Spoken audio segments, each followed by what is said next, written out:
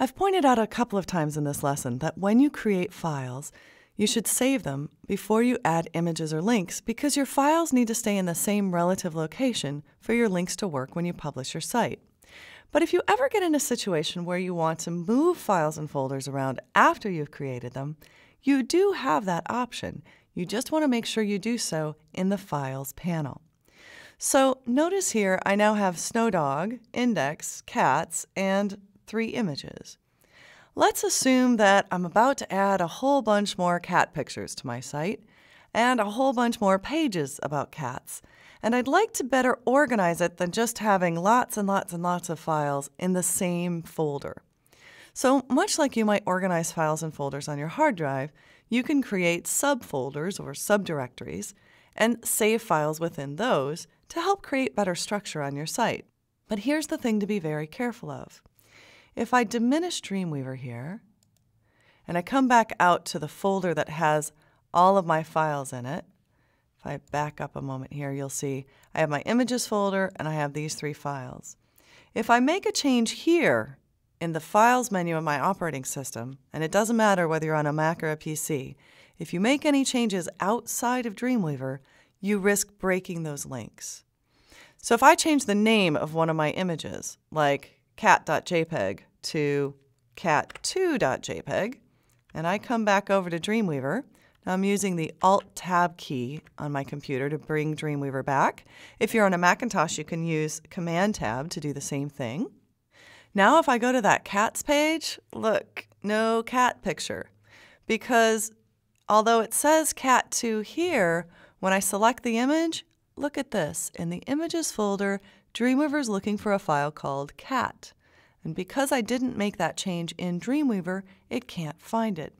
Now I can fix it here in a number of ways. I could simply add a 2 here, and as soon as I click outside, it'll come right back. I also could have used the Browse button to link to that picture again, and I could have fixed it that way. But the point here is if you make a change to a file name or you move a file into another folder outside of Dreamweaver, you'll break the link. And not just in Dreamweaver, the browser won't be able to find the picture either. If, however, you make those changes in Dreamweaver, Dreamweaver will fix them. So if I make this Snow Dog 2, as soon as I click outside of here, Dreamweaver says, hey, there are links to that file. Do you want me to update those for you? Oh, yeah, thanks, Dreamweaver. And then when I come over here, my dog picture still works, even though I changed the name. This is an easy mistake for beginner web designers, and it's one that can really cause you trouble when you go to publish your site and you find out that half your links don't work. So the simple thing to remember, if you want to change things, change them in the Files panel in Dreamweaver. And you can even change things like, let's say I want a new folder. I just right-clicked on the main folder name. If you're on a Mac and you don't have a right-click button, you can use Control-Click. If you do have a mouse with a right click, it should work in Dreamweaver on the Mac, just like it does on the PC. I want to create a new folder, and now I might call this folder Cats, and I could then drag the Cats page into the Cats folder. And again, Dreamweaver will automatically offer to fix any links or image references related to that file. So when I choose Update, Dreamweaver fixes anything that points to that page. So using the Files panel, you can completely organize, structure, and rename files in your website without risking breaking links. Also note, when that happens, the page has been changed but maybe not saved. So all these asterisks indicate that these open pages haven't been saved. If you have a document open in Dreamweaver, when you make a change in the Files panel, it won't be able to record that change. If the document's closed, it will be saved as the change is made. But if the document's open, just make sure you go back and save any open pages. You can do that by choosing File, Save. And this is a good time to double check little details, like I never put Snow Dog into the title of this document. If I make a change like that and put my cursor outside of it, again I get that asterisk asking me to save the page. But if I close the page without saving it, Dreamweaver does give me a second chance. So let's close out of these.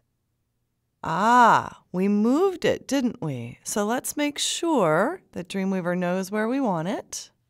Yes. update the links? Absolutely. So even though we changed it in the Files panel, because we moved it to a subdirectory and the file was open, we needed to resave it into the new location for Dreamweaver to make sure it really understood where you wanted that page. So finally, let's just save our index page. And let's preview in a browser.